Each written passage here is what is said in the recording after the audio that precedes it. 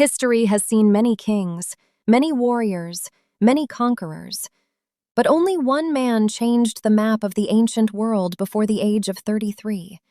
His name still echoes through time, a name feared by empires, admired by soldiers, and remembered by history itself. This is the complete story of Alexander the Great, the boy who dreamed of glory and became the greatest conqueror the world had ever seen. A child destined for greatness. Alexander was born in 356 BCE in the small kingdom of Macedonia. His father, King Philip II, was a brilliant military leader. His mother, Olympias, believed her son was chosen by the gods. From childhood, Alexander was different. While other children played, he trained with weapons.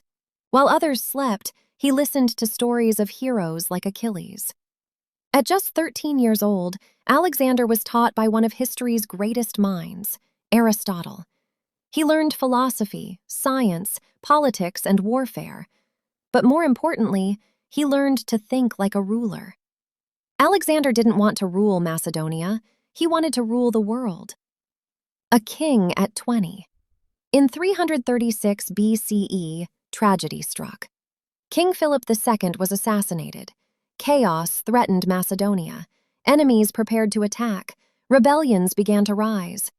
Alexander was only 20 years old. Many doubted him. They thought he was too young, too inexperienced. They were wrong. Alexander acted without mercy. He crushed rebellions, destroyed traitorous cities, and sent a clear message: I am your king.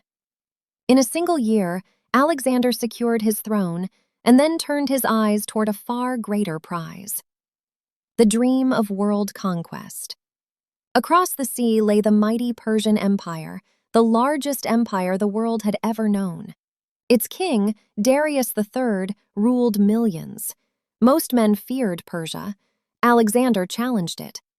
In 334 BCE, Alexander crossed into Asia with only 40,000 soldiers. Against him stood an empire. What followed would become legend.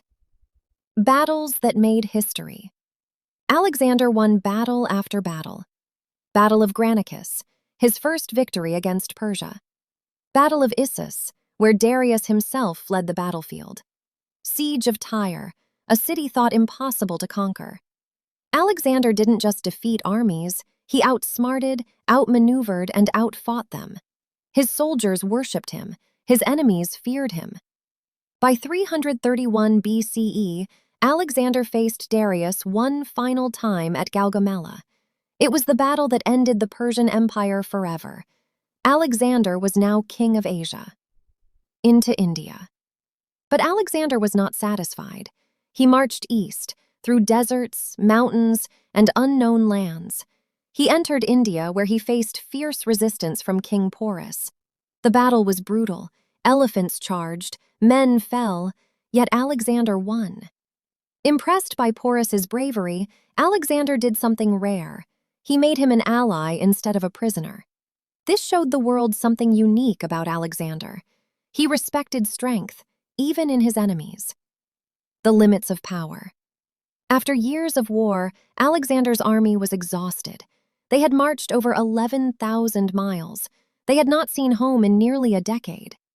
When Alexander wanted to march further into India, his soldiers refused. For the first time, Alexander stopped. He turned back, not defeated by an enemy, but by the limits of human endurance. Death of a legend. In 323 BCE, in the city of Babylon, Alexander fell ill. He was only 32 years old. Within days, the greatest conqueror in history was dead. When asked who should inherit his empire, Alexander reportedly said, "To the strongest." His empire soon shattered, but his legacy never did. Why Alexander still matters. Alexander never lost a battle. He changed cultures. He connected East and West. Even today, his name means greatness. He proved that one man's vision, combined with courage and ambition, can change the course of history forever. This was not just the story of a king. This was the story of Alexander the Great.